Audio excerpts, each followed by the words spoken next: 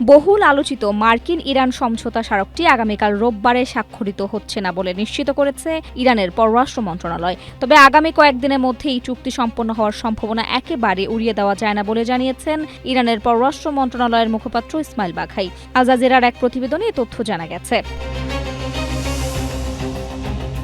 এর আগে ২৪ ঘণ্টার মধ্যেই যুক্তরাষ্ট্র ও ইরানের মধ্যে একটি চুক্তি চূড়ান্ত হওয়ার সম্ভাবনা রয়েছে বলে জানিয়েছিলেন পাকিস্তানের প্রধানমন্ত্রী শাহবাজ শরীফ। সামাজিক যোগাযোগ মাধ্যমে এক্সে দেওয়া পোস্টে তিনি বলেন, শান্তি চুক্তিটি ইলেকট্রনিকভাবে স্বাক্ষরিত হবে এবং আগামী সপ্তাহে কারিগরি পর্যায়ের আলোচনা অনুষ্ঠিত হবে।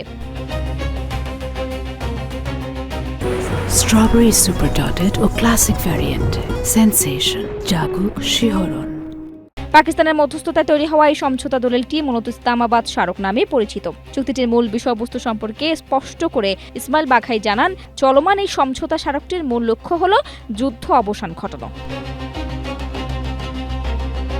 চলমান এই পরিস্থিতিতে পরমাণু কর্মসূচি সংক্রান্ত কোনো বিষয় নিয়ে আলোচনার টেবিলে কোনো ধরনের আলোচনা না করার সিদ্ধান্ত নেওয়া হয়েছে। সমঝোতা স্মারকটি স্বাক্ষরের সুনির্দিষ্ট সময় জানতে আরও কিছুটা অপেক্ষা করতে হবে উল্লেখ করে ইরানি মুখপাত্র বলেন, চুক্তিটি আগামীকাল হচ্ছে না এটা নিশ্চিত, তবে আগামী দিনগুলোতে এটি স্বাক্ষরিত হওয়ার সম্ভাবনা নাকচ করা যাচ্ছে না।